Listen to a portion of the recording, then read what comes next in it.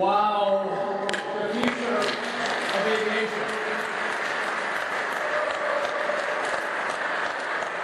Thank you guys for being here. We have an exciting hour planned for everybody. We're going to walk through what we've envisioned at DOT and FAA. But before we do that, I want to thank those of you who are here. We have DOT staff, we have industry, we have the White House, we have Congress, we have some press, new media, and influencers. So thank you for partaking with us today. I want to walk through where we've been, where we are, and where we're going. So a little over a year ago, we had the DCA air crash. A lot of us in the greater DC area lived that. And what happened in the weeks after is it prompted us to take a look at the systems that we are using to manage our airspace. That was at the direction of the President. I did that along with the FAA. And what we realized was that we use an incredibly old, antiquated system, technology from the 60s, 70s, 80s, and 90s. And what we did is, at that moment, commit to building a brand new air traffic control system, the best in the world, the best technology, partnering with the best companies that America has to offer. And as we rolled that proposal out, it was clear to many that this is not the first time America has had this conversation. Because 25 years ago, the FAA and the Congress understood that they had an old air traffic control system, again, 25 years ago.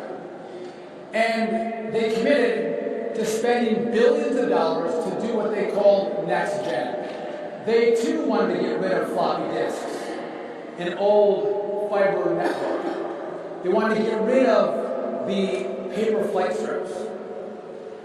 But 25 years later, we are still using floppy disks, flight strips, paper flight strips, and we are using an old network. So the promise that was made was never delivered upon.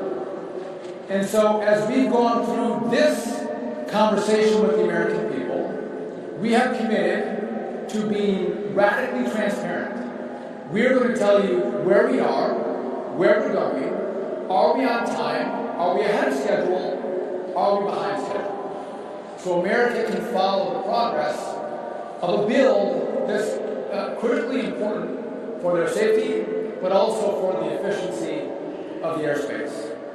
And as I talk about an old system, I just want to front run a question I often get, which is flying safe?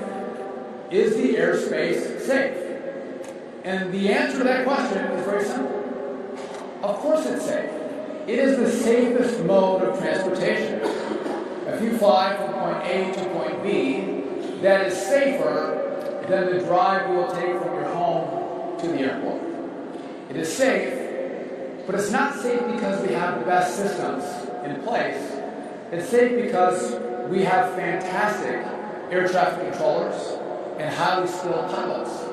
And I think as the greatest country on earth, the most technologically advanced country on earth, our people deserve the most technologically advanced air traffic control system, and that's what we are going to deliver for the American people. And as we walk through the next hour, you're going to have a chance to hear from some industry leaders. You're going to have a chance to hear from the FAA, our partners at Peraton.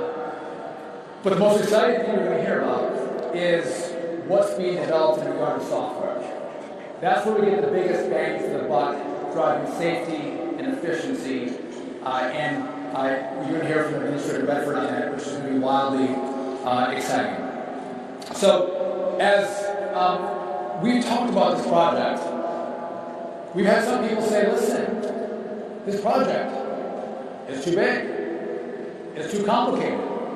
You're going to move too fast. It can't be done. But this is not the first time those complaints have been made on big American projects. We had the Hoover Dam, the Golden Gate Bridge, the Eisenhower Interstate System.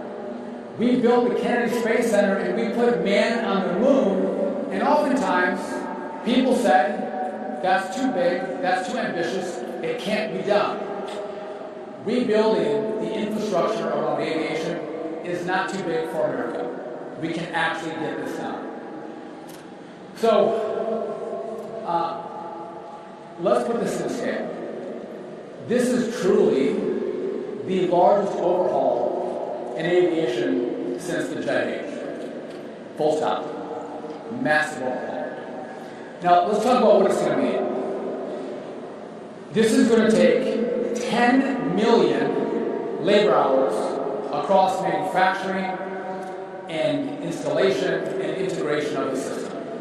We're going to use 50 different vendors, dozens of skilled trades, from engineers to other trade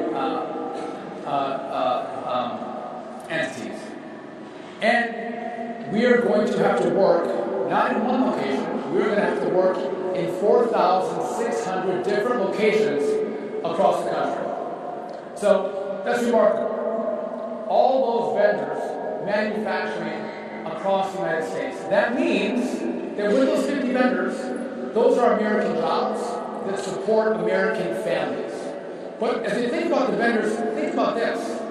It's been 10 years in America since we have manufactured radars. And so if we're going to have a complete replacement of our radar, we're going to make sure that those radars are made where? They're going to be made in America by American workers for the American national airspace.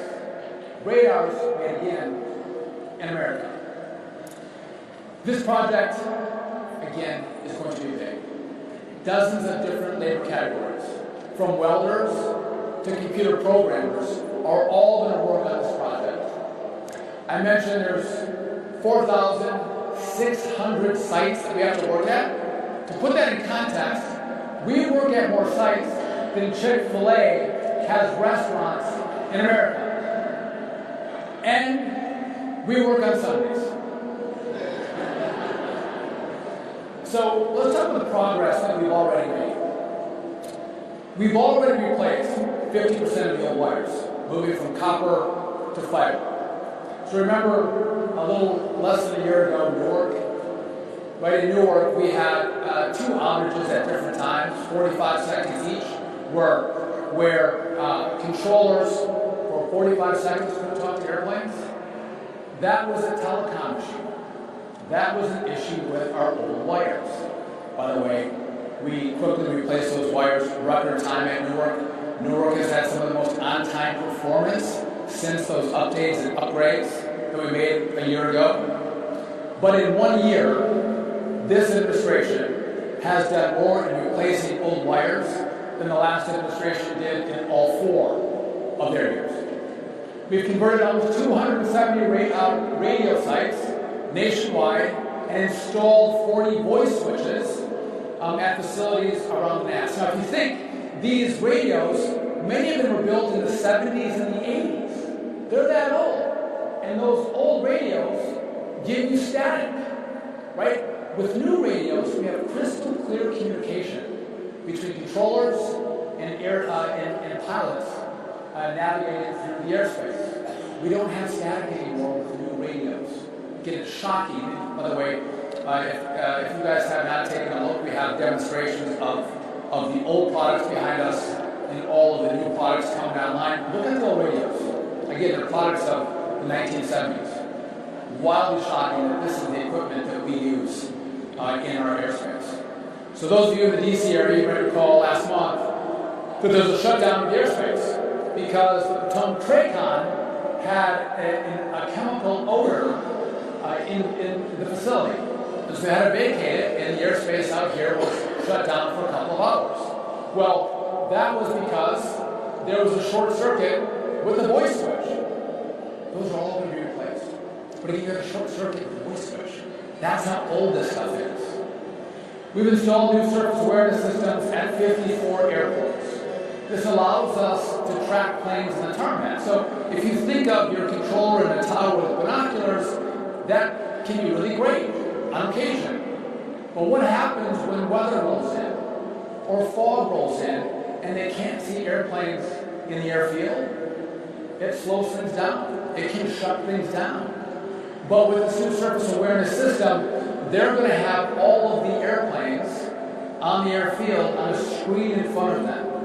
So think AirTag in your luggage, tracking where your luggage is at. Similarly, we don't use AirTags, but we have systems on planes that we can track them, driving efficiency, but also driving safety, as our air traffic controllers are managing planes on the airfield. We've transitioned 17 towers to electronic flight strips. You've seen the paper strips.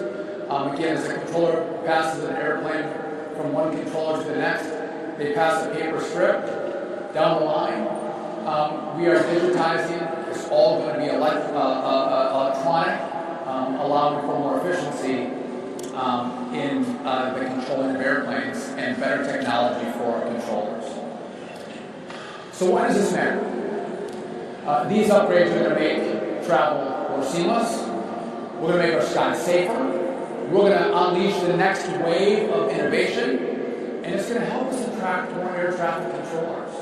They don't want to work with all the technology young people are using today. They don't want to use 1980s technology. They want to use the best technology the world and America has to offer. And putting that in our facilities is going to attract the best and the brightest to come into this field to make sure, again, we have the best people navigating our airspace. So I'll give a brief overview of the scale of the project and what we've accomplished so far. We're going to have a chance now to hear from some industry. You're going to hear again from the FAA and Paraton walking through our work streams, critically important. But again, I want you to stay until the end. At the end of the hour, you're going to hear from our administrator of the FAA to talk about what's coming in regard to software. I was over at the FAA seeing all the development that's happening, and it's wildly exciting as we think about delays, as we think about cancellations. I would tell you, everyone seems to want to call me when the flight's delayed. I love that. And sometimes it's weather, sometimes it's mechanical, but oftentimes it comes from the systems that we use. And I think in America, you deserve better. You should have the best. You should have the best systems that drive safety for you and your family. And the software part of this is going to be critical to driving that efficiency. One side note before I'm going to pass it on is out of the $12.5 billion in the big beautiful bill, thank you to Republicans in Congress and President Trump for signing it.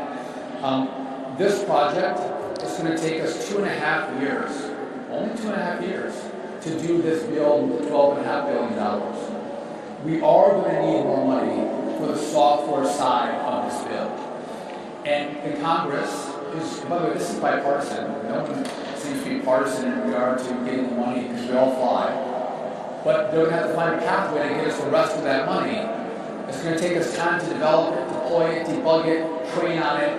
And so getting that software started now, hopefully as our build completes with all of the infrastructure, we'll have the technology of the software ready to meet up in 2.5 years. Have a brand new system for America to use.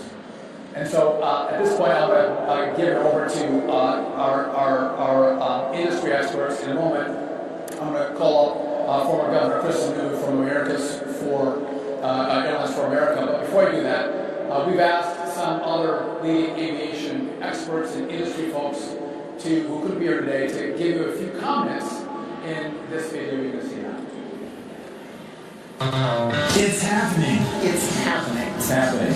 Air traffic modernization is here. Across the country, major investments are coming to an airport near you. From brand new radars to fiber lines, These are long overdue upgrades to America's airspace. resources that are critical infrastructure demand. And it's happening fast. The government moving at a speed we've never seen before. We're leaving behind outdated systems and building something designed for today. Faster, safer, more reliable, fewer delays, fewer cancellations, more time where it matters. This is about modern technology for the people who keep our skies moving. Better communication between pilots and air traffic controllers. Stronger, more resilient infrastructure. From takeoff to landing, every part of the journey is being improved. Thank you, Secretary Duffy. Thank you, Secretary Duffy. Thank you, Secretary Duffy. And the administration for prioritizing this once-in-a-lifetime project. The progress we've already seen is incredible. Keep going. Keep going. Keep going. Keep going. Keep going. This is what the Golden Age of air travel is all about. This is the best of American innovation. Built for the day, ready for the future. Our skies are getting renovated, and we're all on board. Are you ready?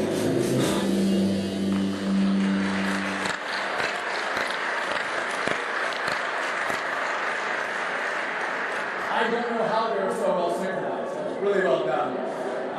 But listen, I know I'm going to bring up Chris New from A4A to give an industry perspective for all of you. Governor, come on up.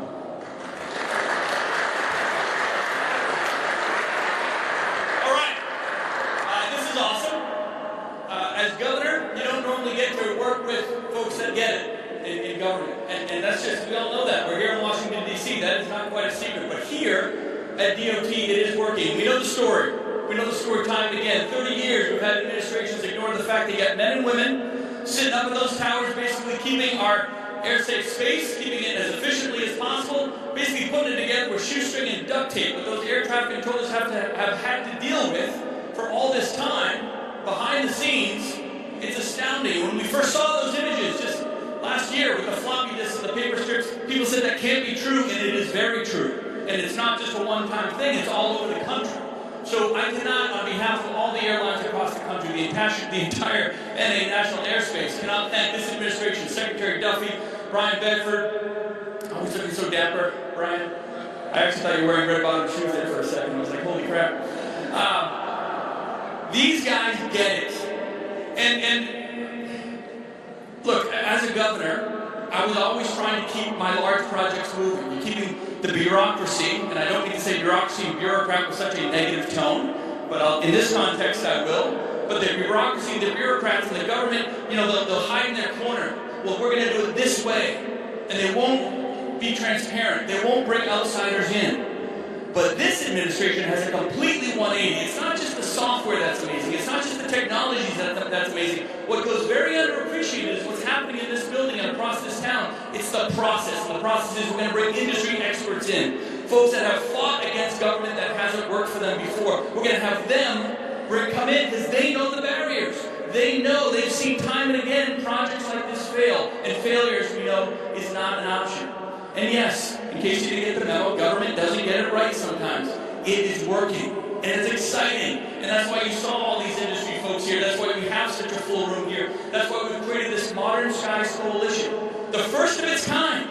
Over 50 industry organizations, corporate partners, trade associations, our union partners, everybody coming together. Groups that pretty much compete on a day-to-day basis. Right? It's like their fifth sport is just attacking each other, competing, but now they're collaborating with one vision, one goal in mind, making sure that this works and this happens. So it's not the industry over here and government over there. It's not them, it's not us. It's us, all coming together with a singular vision. And when you see all this money come in, $12.5 billion. First things before I even entered this industry, we were hearing it in the news. Oh, another major project that will probably take 30, 40 years. They'll hire a bunch of consultants. They'll talk about some things. Maybe they'll replace a little fiber here, and then they'll come up with an excuse 3 administrations later why it didn't happen. These guys are saying we've got a clock, and the clock is about safety, it's about efficiency, it's about better customer service, better friendliness in the skies, whatever it's going to be. We got a clock, and we have a timeline to meet. And they're exceeding it. I've never seen this before. We really haven't. What they've been able to do in 6 months. Oh, let's talk about that 6 months. 2 government shutdowns, a fuel crisis, a jet fuel crisis we're seeing spread over the Middle East. Hopefully that'll be done pretty soon. Workforce shortages. These are all typical excuses that would typically allow a government to say, well, you know what, we're really going to get things going in late 2026. No, they didn't let any of that slow them down. They kept bringing in the industry. They kept being transparent. They're doing things like this to make sure people know exactly where they are, where the opportunity is, where the barriers are, and they're going. And They're bringing it. Is it going to be a bumpy road? You bet it is. But again, they're not letting it slow us down at all. And this whole idea of us, that we are one, that we're working together in sync, never happened. Definitely not in this town, right? So it's exciting. So from an industry standpoint, first and foremost, we want to say thank you. We're here to be partners on this. We're here to the very end. And the good news is the very end is not too far away. This is just the beginning. Think of all these things we've done with radios and training simulators and radar systems and copper to fiber. That's in 6 months. That's being implemented now. Bringing in new technologies. What I've been able to get a little peek behind the curtain, right, because they bring the industry in, some of the software and technology, how they use AI, but keeping people on the front end of it. You know, all these new technologies that are coming to bear, it's not, this is going to be really exciting in 4 or 5 years. This is going to be really exciting in 4 to 5 months. And people don't believe it when they say it, but boy, they're believing it now. They're really believing it now because it's coming to fruition. So we cannot thank you guys enough. You keep crushing it, knocking it out of the park, and your teams, by the way. Secretary Duffy, Brian, your teams have been unbelievable. So that attitude, right, that culture change that is really happening here is seeping all the way through DOT, all the way through FAA, top to bottom. And that's exciting. That's getting more people involved. It's allowing more people to have input. It's bringing more of our industry folks in. We cannot thank you enough. This is just the beginning. We just can't wait to see where this all goes. Thank you, guys.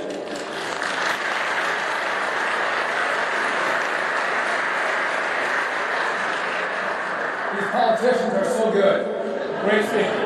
Well done. Part of the Modern Skies Coalition, we have over 50 members.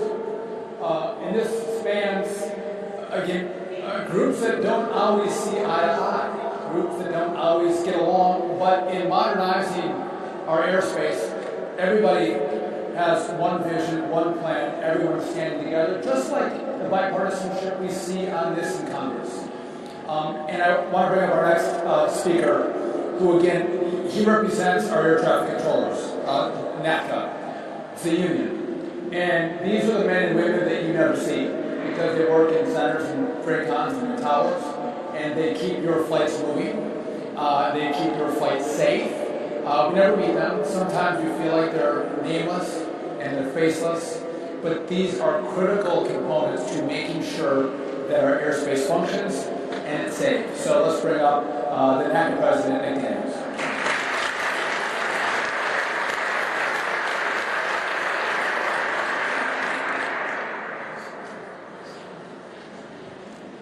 I don't know if following Governor Sununu was on my list of agenda items today to bring that kind of energy, so I'll keep my remarks directly from here. Otherwise, I'll be on the microphone all day. No, Secretary Duffy, thank you for bringing this group together. Administrator Bedford, same as well. But look around this room. It's been said already by the Secretary. You have the administration, labor, technologists, engineers, aviation companies, safety advocates, and policymakers. Every single person in this room has some piece now working on the world's busiest, most complex, most diverse airspace system in the entire world. And I think it's worth taking that moment in, is that we've set a common goal. We've set something as 55 aviation groups, as an entire country, to focus on one common goal, and that's bringing this airspace and bringing modernization to realization for not just the flying public, but for the American people. The aviation system has continued to lag behind, and it's become unreliable for many different reasons. But we're not here to talk today about all the woes of the past, all the lessons that are learned. We're here to talk about the future. And what we're talking about is not just incremental anymore. It's not just a one-time investment in the system, it's a down payment. We have a real down payment on building a system that can not only assist air traffic controllers, but it also ensures a safe, reliable system. But one that's not only prepared to handle the traffic today, it's going to be ready to handle the traffic of the future. So yes, replacing paper strips with digital systems, absolutely critical. Deploying surface surveillance to towers that never had it. Rebuilding the voice communication backbone of the national airspace system from the ground up. This isn't just today's work, it's generational work. The decisions that are being made right now will shape this country that moves people, goods, and services for the next 50 years. And NAPA, we are proud to be a part of it. We are proud to also be a part of the Modern Skies Coalition. Because safety, as you've heard many times over, it is not partisan. And the aviation community is unified by the common goals that bring air traffic controllers back to a healthy level of staffing and much needed improvements in reliability of our equipment and the air traffic controllers. Not only do they deserve it, but the professionals and those who use the airspace every day as well. But the most powerful thing that we can bring any modernization effort is the actual person who does the job day in and day out. The person who's closest to the issues. The person who's closest to the problems. And that's the air traffic controllers and the technicians who deal with these systems day in and day out.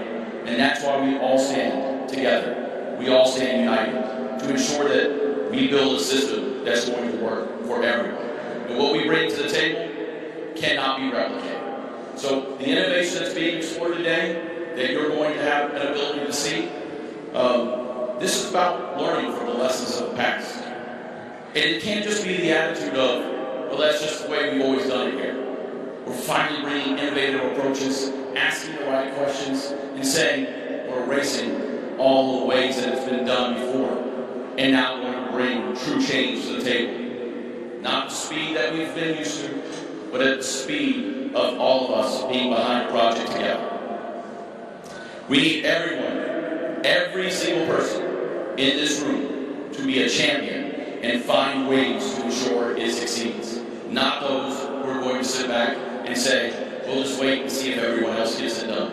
We're all a part of it, and we're all in it together. That's what this partnership and this moment calls for. So the innovation in this room is not competition for the controller workforce. These are going to be force multipliers. When technology handles more of the routine, controllers get to handle more of the critical. When system surfaces give us better information, controllers can make better decisions. When we get this right, the system gets safer, more efficient, and more resilient all at one time. It's not a trade-off of controllers or equipment. It's how we support the controllers that are doing the job day in and day out. That's the goal. We stand united behind it. We look forward to bringing the aviation system that this world deserves.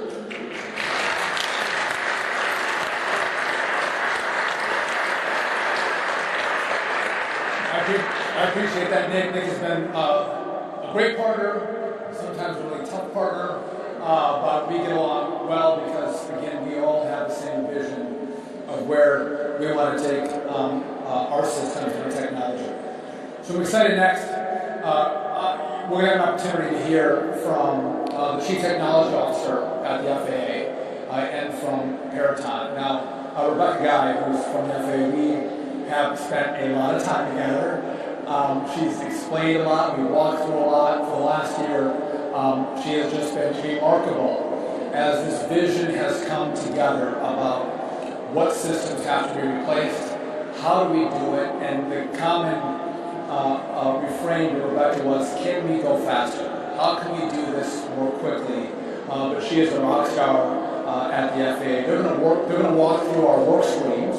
It's going to be about 15 minutes of the work streams that we're going to engage in to accomplish this part of the bill of the $12.5 billion. The president had said, well, listen, the FAA hasn't always been the best builders. Maybe you should partner with a project manager who can help with the build itself. We've selected Peraton, and Justin and Rebecca are going to come up and talk about where we're at, what those work streams are, and how quickly and how safely we can get this done. So, Justin and Rebecca, come on up.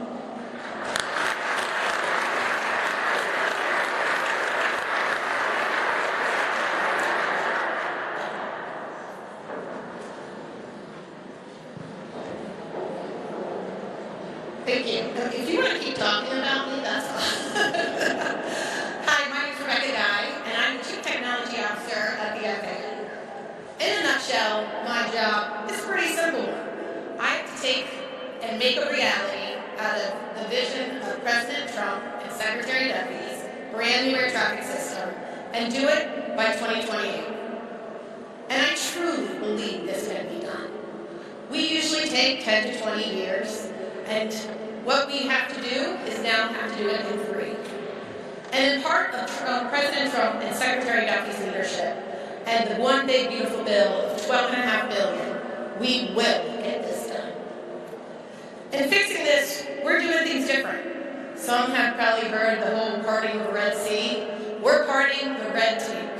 We're throwing out our process, how we've done things in the past and the difference. And we are doing it differently.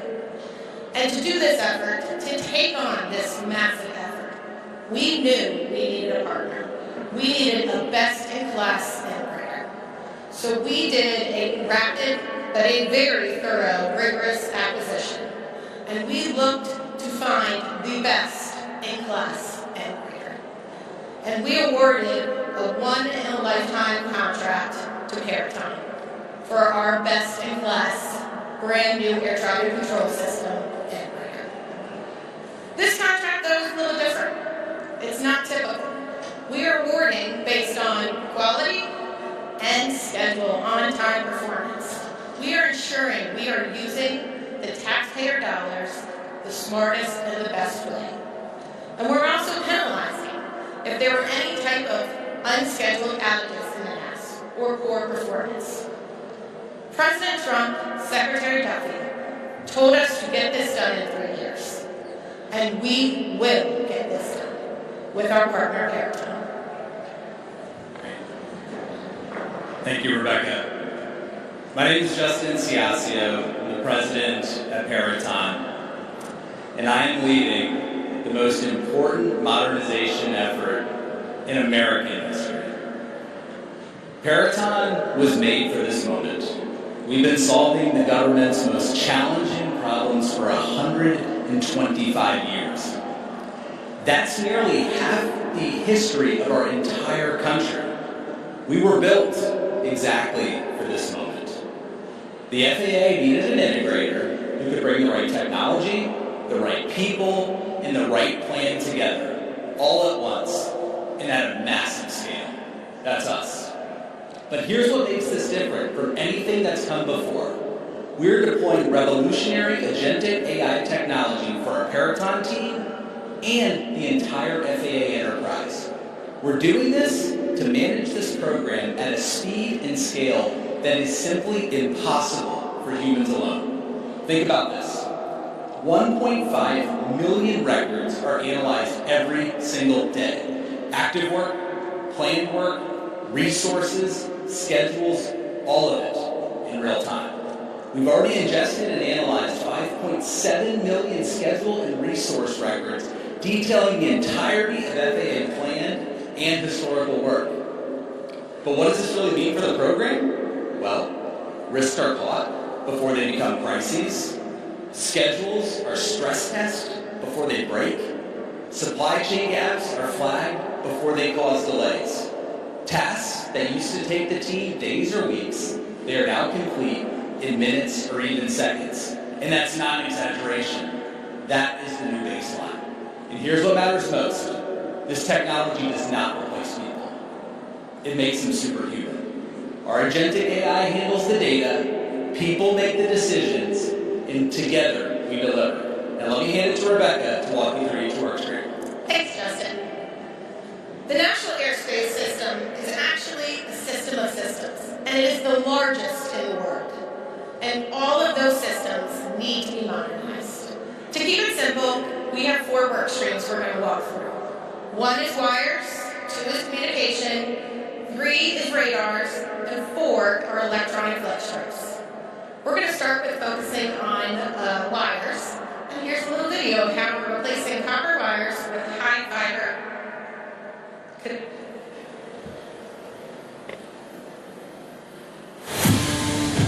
Flying safe isn't just about a plane. It's the network of air traffic controllers guiding every move. For decades, that network relied on old copper wires. They're ancient, and most importantly, they break. Remember the Newark airport mess in 2025? That was a wire failure. It shut down controllers, radios, and radar.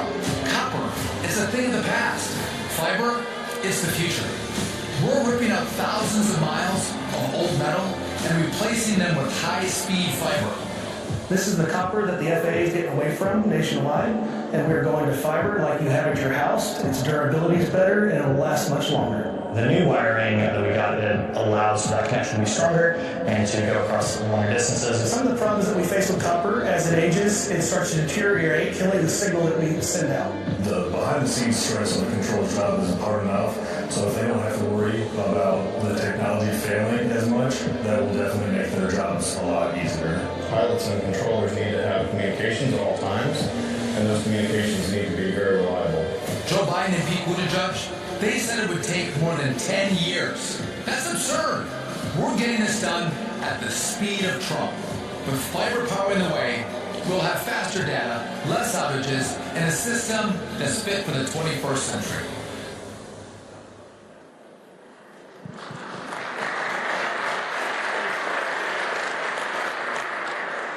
Telecommunications is the backbone of the national airspace. It connects over 5,000 facilities: radar, weather, voice switches, radios, automation, everything relies on that telecommunication. And today, our connections are from the 1960s. Remember rotary phones? Most of you will say no.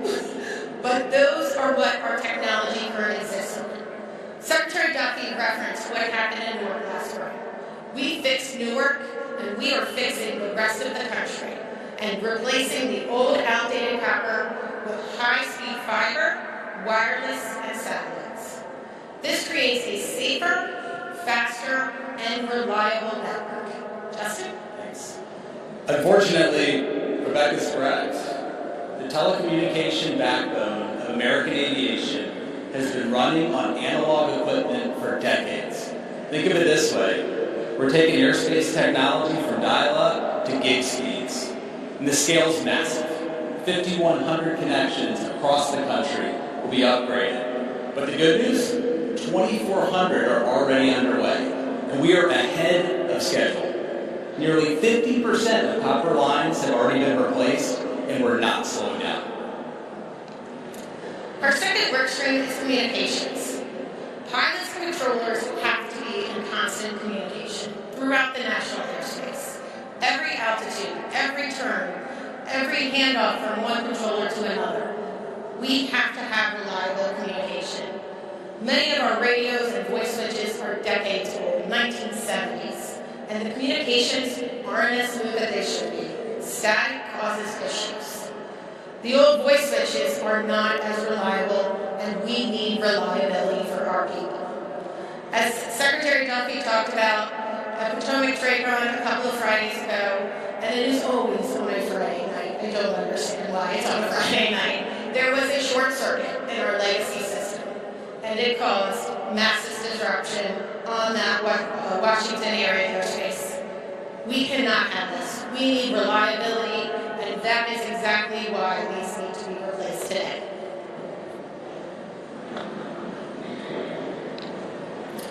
Thank you. More than 27,000 radios at 1,600 sites. All of them are being replaced. In fact, more than 250 sites are already complete, with more coming online each and every day. But this isn't just about new hardware.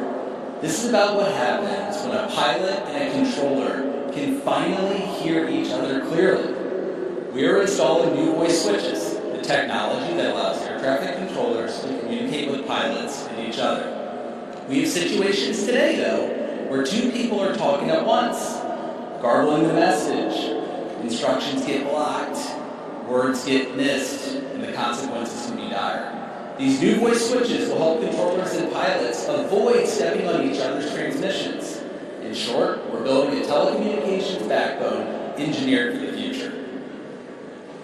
Was actually taken out of the tower just a month ago. Our third work stream is radars. Controllers track aircraft using radars that show altitude, direction, and other nearby aircraft. Many of these radars date back to the 1970s. They're breaking down more often and are very costly. Radar is critical for resiliency and for redundancy to our GPS system. And we saw this actually in 2022 when there was a GPS outage over Dallas-Fort Worth.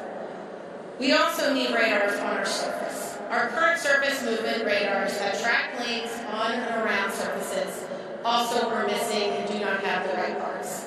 When they fail and the parts are not available, we have to shut them down until we can find a replacement part.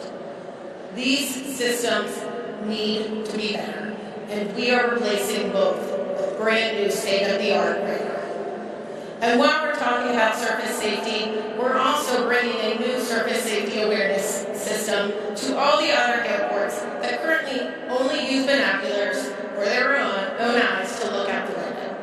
This way, controllers have another tool in their toolbox when weather gets bad, and they're able to track those aircraft across the surface. Thank you.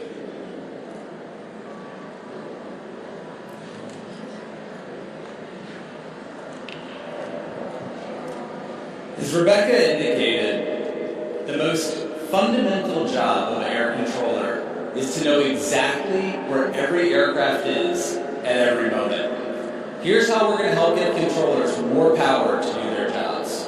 We have 3 systems working together. The first system, terminal radars and beacons. 612 sites are being upgraded and standardized.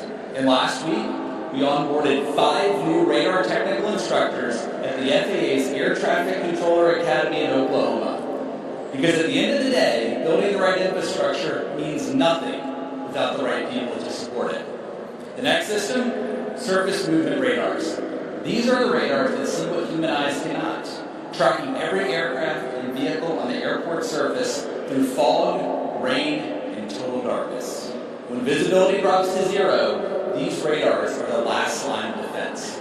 53 total sites are planned, 2 are already complete, both in Houston, and installations are happening right now in 3 major airports, San Diego, New Orleans, and New York. Finally, the third system, the Surface Awareness Initiative, or SAI. 220 SAI systems are planned, 54 are operational, and 42 more are in active installation process right now. These systems give controllers a real-time picture of everything moving on the ground. Every aircraft, every vehicle, every potential conflict. We're moving out on this. Our fourth work stream is electronic flight strips. We're ditching the paper strips for good. Check this out on how to go from electronic flight strips will change the game for controllers. Paper is great for taking notes, but not for tracking your plane in the sky. Air traffic controllers have used paper strips to follow your flight. These strips contain all the important info, including your flight number, route, plus airport information. Being able to have all this stuff done electronically reduces any kind of issues with handwriting, with paper strips getting lost. That's why we're going digital with electronic flight strips. We're moving past paper and putting that information on one smart computer screen. I've been in the FAA for about 18 years, and this is the biggest upgrade that I've seen in my entire career. The controllers are loving it. Once they get to use it, they don't know how they live without it. Without these technologies, America will be stuck in the past. It is going to change our game completely. There is no way back and saying which flight should do I have. Do I need to change this? Do I need to add this? Do I need to stop this? Everything's going to be immediately uploaded to the screen. It's really important that we get our technology out of the 1940s and 50s and give the air traffic controllers the best and most modern tools to keep us safe. Paper trails are history. Now thousands of flights are tracked at lightning speed. This is a national priority. It's the President's signature vision for rebuilding America at speed. No more lost paper. Digital is made for the golden age of travel.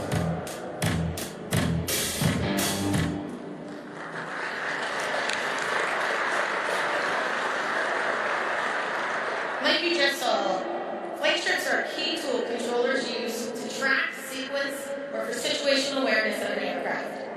Using paper strips today often means controllers are having to do administrative tests, whether it's passing that flight strip or counting. and that collectively can cause a loss of situational awareness. And sometimes that loss of situational awareness can result in an accident, such as the NTSB findings in the 2006 Kentucky accident. We have to do better for our traffic controllers. Digital is now. These electronic strips will ensure a controller workload, they will ensure efficiency, but most importantly, they will ensure safety. You're right, Rebecca, and we can do better. We owe it to the controllers, the pilots, and the traveling public. The solution is called the Terminal Flight Data Manager, or TFDM. It digitizes everything. Flight data collection, distribution, real-time updates, all of it, instantly at the fingertips of every controller who needs it. And the progress, it's real. TFDM is already live at 17 of 89 sites, and we're just collectively getting started. But the impact, it goes beyond the tower. TFDM's decision support tools build runway-specific departure schedules, balance demand across the system, and reduce the gridlock that delays your flight from pushing back from the gate on time. When all 89 sites are complete, America's air traffic controllers will have the tools they deserve to keep you safe and on time. I know I said 4 work streams, but I can't go without mentioning Alaska. We have to talk about the progress we've made in Alaska. Alaska presents one of the most challenging flying environments in the world. To fly safely and operate efficiently, pilots need timely and accurate weather information. Across the state, we're installing weather and visibility systems, cameras, so that pilots have a better understanding of those remote areas that they need to get to and the weather that is there. This improves safety by letting them know early what the weather is along the route and where they're going. If you want to understand why this modernization truly matters, just look at Alaska. There are just 4 interstate highways, no commuter rail, and vast stretches of wilderness between communities. For hundreds of thousands of Alaskans, the airplane is the only way in and the only way out. Groceries, medicine, emergency care, it all flies. That's why we're upgrading 17 flight service stations in Alaska. We are bringing the same modern infrastructure deployed across bonus locations to the facilities that serve some of Alaska's most remote communities. And because Alaska's weather can be as unforgiving as its terrain, we are installing 174 new weather camera systems at remote sites across the state. Not sensors, cameras that provide real-time visual data that automated systems alone cannot capture. Because in Alaska, aviation is a way of life. It's where every BNAC's work stream converges. As Rebecca said at the beginning, we are taking decades of work and condensing it into 3 years. This can only be done with collaboration, expertise, and the most cutting-edge technologies across the board. The workforce at FAA, Peraton, and industry, paired with our advanced AI capabilities, are changing the face of aviation. Together we are simplifying the complex, managing risks, and resolving conflicts before they happen, all at record speed. 4 work streams, thousands of sites, 1 deadline to meet. Thank you to the Secretary, the Administrator, and to you, Rebecca, for partnering with us on this historic effort.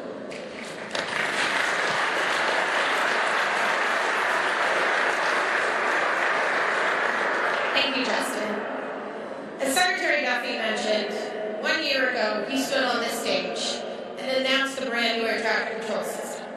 If you were here and you saw pictures or videos, you would have seen this entire stage littered with equipment that many people commented looked like it was from the Smithsonian. 1 year later, I invite you to go into the back after this is done. What you will see is that equipment that most likely has just come out of an operational facility, and right next to it, the brand new technology getting ready to be installed into an operational facility. It is amazing what has been done in 1 year. The vendors that have been throughout working on all of this work have literally moved mountains. It has taken all of us. And it is not just for the major metropolitan areas. This is for every airport across the country. Every user, commercial, GA, military, will see a benefit of this. I have to say thank you to Secretary Duffy, thank you to Administrator Bedford for your leadership. On behalf of the FAA, the vendor community, Paratime, we are not only ready, we will be successful. Thank you.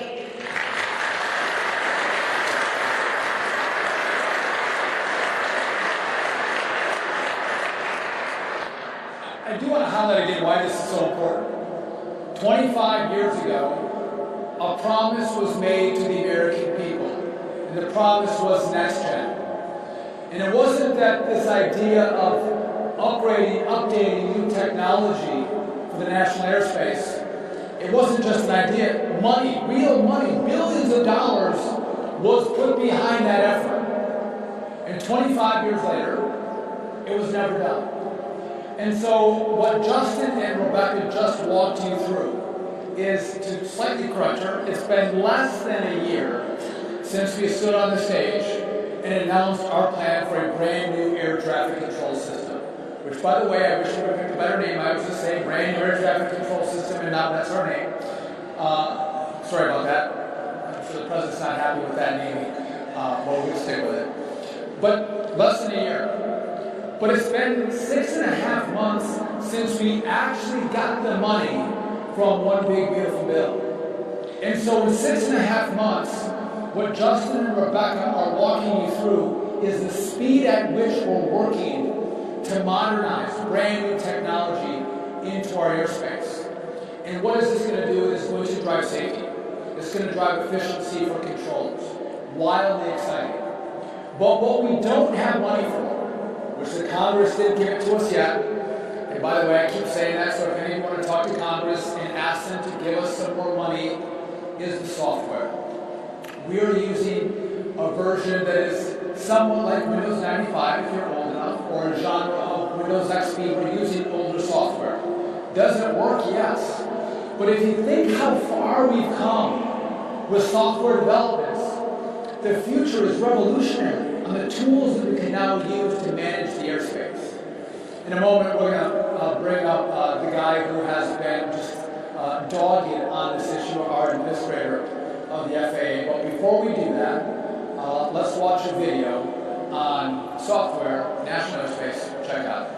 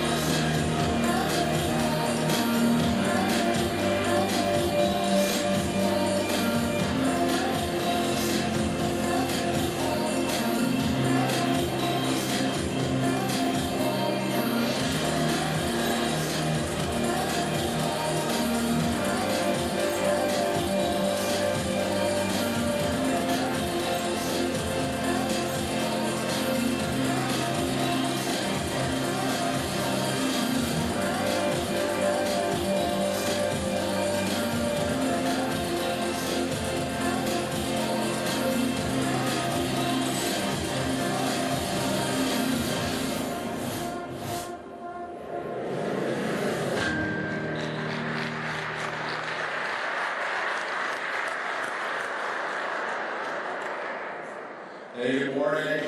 Brian Bedford. I'm the administrator of the Federal Aviation Administration. And it's certainly a great time to be in the aerospace industry. I have to tell you, I feel really blessed to be part of this team and part of the mission. The President set a vision for us to modernize air traffic control over the next 3 years. You've heard a lot about that, but I'm going to walk you back in time just a little bit, because in order for big projects to be successful, it's not enough to just say, go get her done, right? We tried that. We needed to actually have a strategy. And what was the strategy that the FAA was going to employ to get a big moonshot-type project done and to do it at record speed? We actually don't, in order to do big projects, you tend to want to break them down into very manageable elements. And Rebecca, you were being very generous, only boring us with 4 of what are 14 very, very detailed work streams that the FAA is managing on BNATs. But if we just did BNATs, and I like that, Mr. Secretary, I like BNATs, I've grown accustomed to it. If we stopped there, we would have a very reliable, but still highly inefficient national airspace system. So if we stop just at BNATs, even with the success of getting copper replaced with fiber, even building out radios, going from an analog NAS to digital, let's let that sit in for a second. We have an analog national airspace system today, and trying to move into the 21st century off TMI into VOIP. Okay, but get distracted, and that is the number one reason big projects fail, is to get distracted. So building work plans that are highly actionable, highly transparent, highly accountable. That was step 1. But in our strategy, BNAX was one of 3 pillars. People. People is actually the foundation of safety in the national airspace system. No secret to you, you've heard we're short-handed. Air traffic controllers, which is why last year the Secretary announced he was supercharging hiring. And we've done that. We've successfully onboarded over 2,000 people last year, another 2,200 onboarding this year, another 2,300 next year, 2,400 the year after that. We are not taking our foot off the accelerator on solving the people issue. But part of the solution for the people issue is running the system right to begin with. And that brings us to the 3rd pillar, actually redesigning the national airspace system. Something that hasn't been done since we started flying by bonfires, right? Every VOR, every VORTAC used to be a bonfire in the 1940s. That's how airplanes navigated across the country. We can do better. You ask yourself, why does it take longer to fly from New York to LA today than it did in a Lockheed Constellation? And the answer is the airspace has not modernized. The technology has, the jet engine, great invention, but we still operate on the same highways and skies that we operated at in the 1940s and 50s. We need to do better. And in fact, the way we operate the airspace today adds risk to the system, because we're putting all of these aircraft in the same traffic lanes. It's like Los Angeles gridlock up there. We can do better. And it starts by thinking of the NAS as an organized system. And no offense to our E4A friends, but today we optimize the system for each of the airspace competitors. And BAA is doing something different. GA is doing something different. All of these competitors in the airspace are, frankly, disorganized. And the FAA no longer has to sit and play on its back foot. We can actually structure and organize this traffic before they actually publish schedules and sell tickets. We know today, when we open up the airspace every morning, it's filled with conflicts and delays and potential cancellations. And then we ask the men and women in the towers, the TRACONs, and the route centers to sort out that mess and put this into some organized flow that can actually have a chance of getting done safely and reliably. We can do better. And the future starts now. If you think about this, for those of you who follow FAA procurement, we put out a notice of procurement, a challenge grant in November, was it, Rebecca? For 2 things. 2 system developments. One, common automation platform, which you've heard the Secretary discuss. Not funded, but we certainly want to get ahead of the process and understand what the art of the possible is and what will it cost to deploy. There's a second element Rebecca didn't mention. Putting fiber in the ground isn't enough. If we want to actually move into a digital NAS, we need a robust data network system. We need to get into the cloud. We don't have the money to do that either, so it's not just about getting the common automation platform. We have to replace the federal telecommunications infrastructure into a new enterprise network system. That will be the key to unlocking all these benefits. But again, how do we move from a highly tactical, highly variant system today, lots of dependencies, none of it strategically optimized, we asked the question as we put our second procurement out, flight management data system, could we look at these vendors and see if we could actually sort of bend that procurement to solve the bigger issue? When you ask, why does the FAA need to replace its traffic flow management systems or its time-based management systems? Well, one is they're not sustainable. They don't work well. They're like glorified calculators. Okay, can we actually move to maybe an iPad type solution? That's a euphemism, not an actual suggestion. But the point being that we were going to bring into the 21st century a data flow management system. And we looked at that tool, which would be an awesome upgrade for the FAA and for the controllers, but it's reactive. It's solving a problem that's already happened. And we challenge them to say, how can we build a system that fixes the problem before it happens?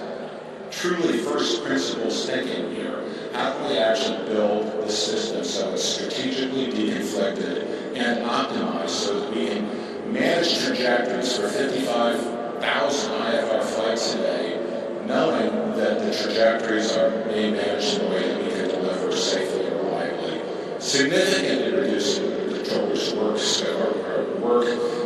demands, and at the same time increasing their focus on managing the exceptions. We didn't know if we could do it or not, and the vendors that we brought in weren't sure they could do it, but over the course of the last few months, we created true digital twins of the National Airspace System. They've injected over 20 years of data, and we have built reliable twins that allow us now to use predictive analytics to take in what will be future schedules, optimize those schedules in a way that will allow us to ensure that all 55,000 flights start that morning deconflicted from one another on trajectories that if the pilots will just fly down, right, in 4 dimensions, we'll be able to have those planes optimized and sequenced for their top of descent landing, again, on time and to their final destinations. And if we do this correctly, we believe the early indications are that we can, we'll actually reduce costs for our stakeholders. We will see block times go down, and we will finally be able to unlock flying from New York to LA in less time than it takes to do it today. And that is the win. Less fuel burn, less cost to actually have airplanes sit on the ground. I know it happens to me every week.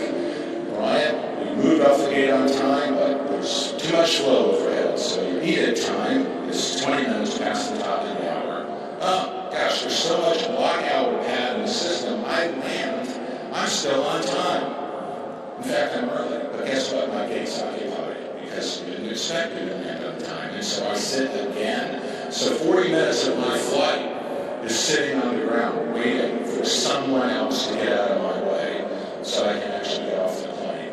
We can do better, and smart systems that we're building, strategically managed air routing systems, smart system air route trajectories will get us to a place where we can actually start the day knowing that we can deliver for the American public. We can fly these flights, we can fly them safely, and we can fly them on time.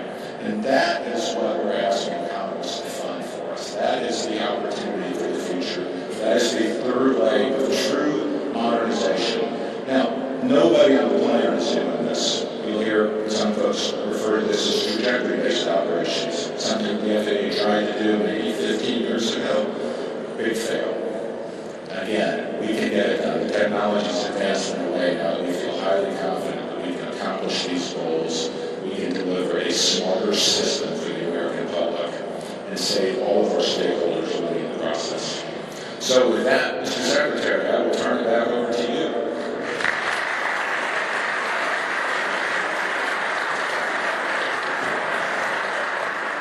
We're going to turn over to questions in a second, but just to maybe highlight a point, Brian and Rebecca are not at their computers trying to program how this is going to look. They have partnered with some of the greatest companies in America that are helping develop these tools.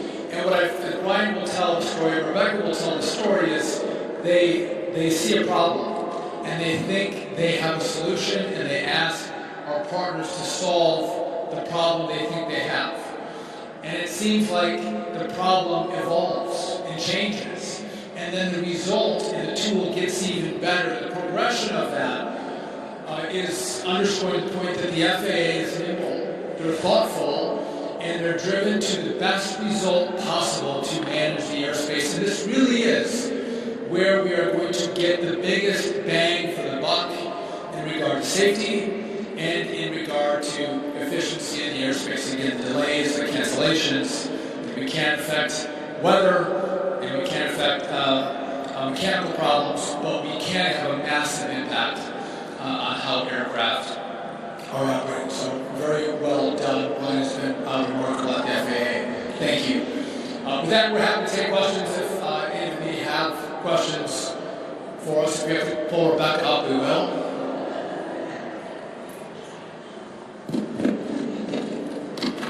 Hi, this is Fiona with NBC News. How do electric vertical takeoff and landing aircraft affect air traffic control? So, great question. Today, it's just more demand on the system that's already constrained. So, modernization becomes even more critical when we talk about introducing new technologies. And that's happening. Drones today is an example. Drones today, last year, I think we did just under 1 million drone deliveries across the country in our various sandboxes where they're operating. We'll do over 10 million drone deliveries this year. That's going to continue to grow. Now, the way we've managed it today is we place those drone limitations in sandboxes that keep them out of the national airspace. But in time, we're going to want to expand in places where we need to have more control. Think about then eVTOL, supersonic, the daily space cadence. The demands on the mass are growing, and we have got to, we're already playing for line, right? We have got to get ahead of this. Otherwise, we're going to stifle American innovation. It's really challenging to think that we're going to put more workload on NATCA's members to control an even more complicated national airspace. To Brian's point, the software that's being developed will help the management of new aircraft coming into the national airspace far more seamlessly. This is the future, but think of, we're changing in this industry more so than we have in the last 50 years with drones, with eVTOLs, with supersonic flight. It's going to change the way people move and products move throughout the airspace. And it's going to be no doubt in our lifetime, but in the next 4, 5, 6 years, these changes are coming and they're really cool. We're going to pass the mic. I'm not going to. Oriana Pollack with Politico. Question for you, Mr. Secretary. You mentioned that there are 3 vendors doing artificial intelligence work with the FAA already. Can you say who these 3 vendors are, and is that funding already there for them to start this work, or will you be asking Congress for more money for them to complete the work? I don't see where you're at. Oh, there you are. Okay, thank you. So I don't know that we've announced who the 3 are yet, but we do have 3. And we do have, we've looked within our couch cushions at the FAA to start the work, to find the money to begin this process and engagement of industry. But we do need the money. And just to be clear on the dollar side, we were given $12.5 billion. But the $12.5 billion, the Congress was very specific on how we had to use it. So we can't switch pots of money and say, oh, we want to do software instead of, say, build a new TRACON. We can't do that because they were specific in how it has to be spent. So we do have some money that we can use for the development, but the Congress has to fund this. And this is not a part of it. One of the few things in Washington that isn't partisan, almost everybody agrees with it. They just have to commit to it and find a pathway to get it done. So we don't get the infrastructure, the radars and the radios and the new telecom and digital, and then we have to wait 10 years for the software.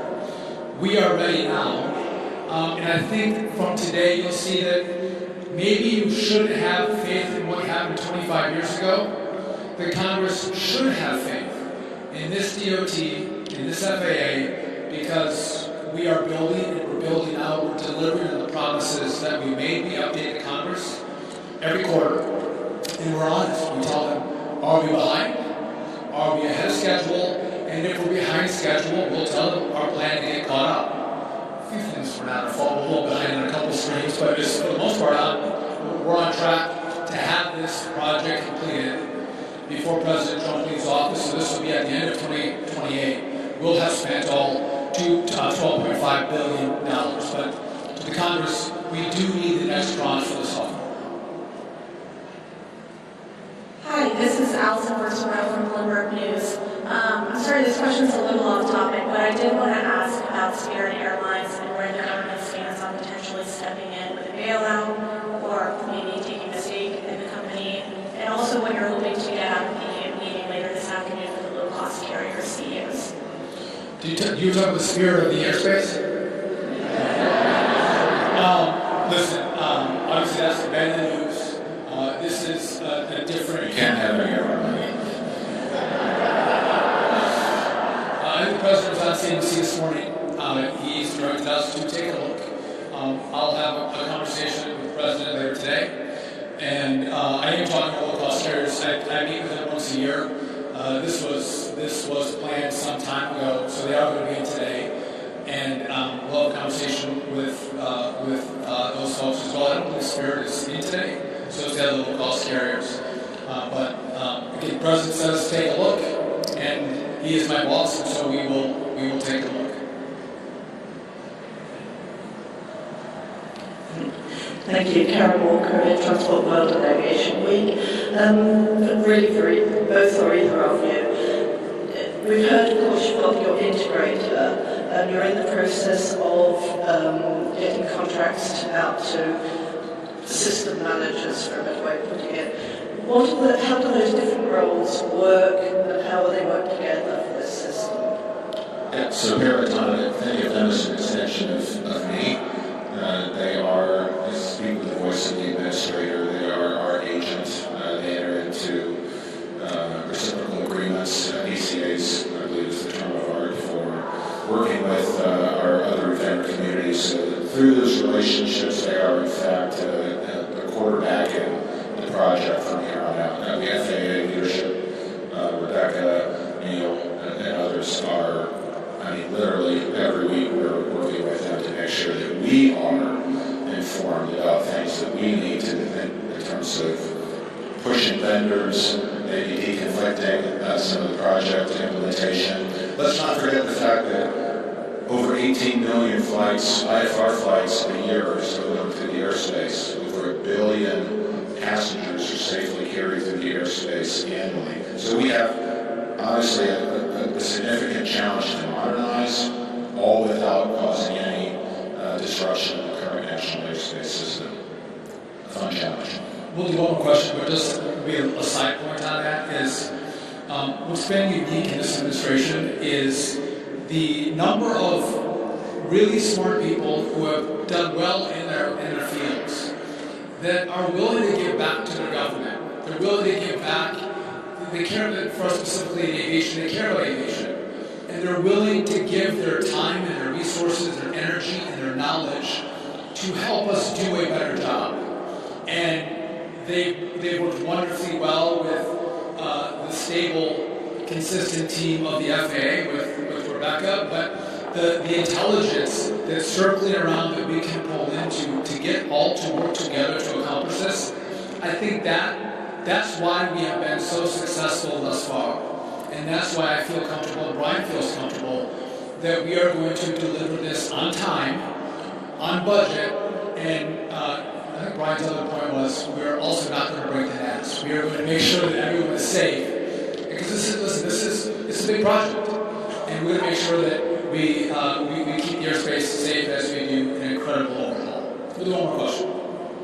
Mr. Secretary Patrick George from Scripps News. I wanted to ask you about an event over the weekend at Nashville. Two Southwest Airlines planes have taken evasive action to avoid each other. I wanted to ask you, even with all the focus on new technology for air traffic control and hiring of supercharging controllers, why do these incidents seemingly keep happening week after week? Well, again, without getting into the specifics of Nashville, 55,000 IFR flights a day and another 25,000 GA flights a day that are in the airspace right now. In this particular issue, we had an unstable approach. The Southwest pilot called for a go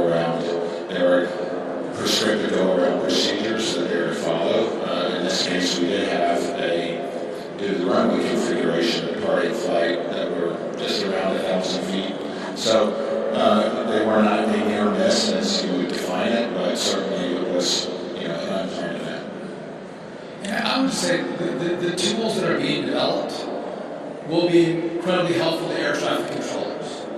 And again, this is why we think the airspace will not just be more efficient, but it will be a lot safer to assist the men and women on the front line in towers and TRACONs across the system to have additional tools to make their jobs easier. As technology has made all of our jobs easier through the course of the last years and decades, we think controllers should have those same tools to assist them in how they do their work.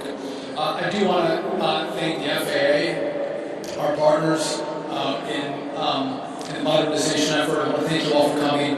This is real. This is happening. We are going to deliver for the American people. What was promised 25 years ago is going to be delivered to you in 2.5 years. The future is coming. I want to thank you all for being here, and I want to pre-thank the Congress for giving you more money for software. God bless.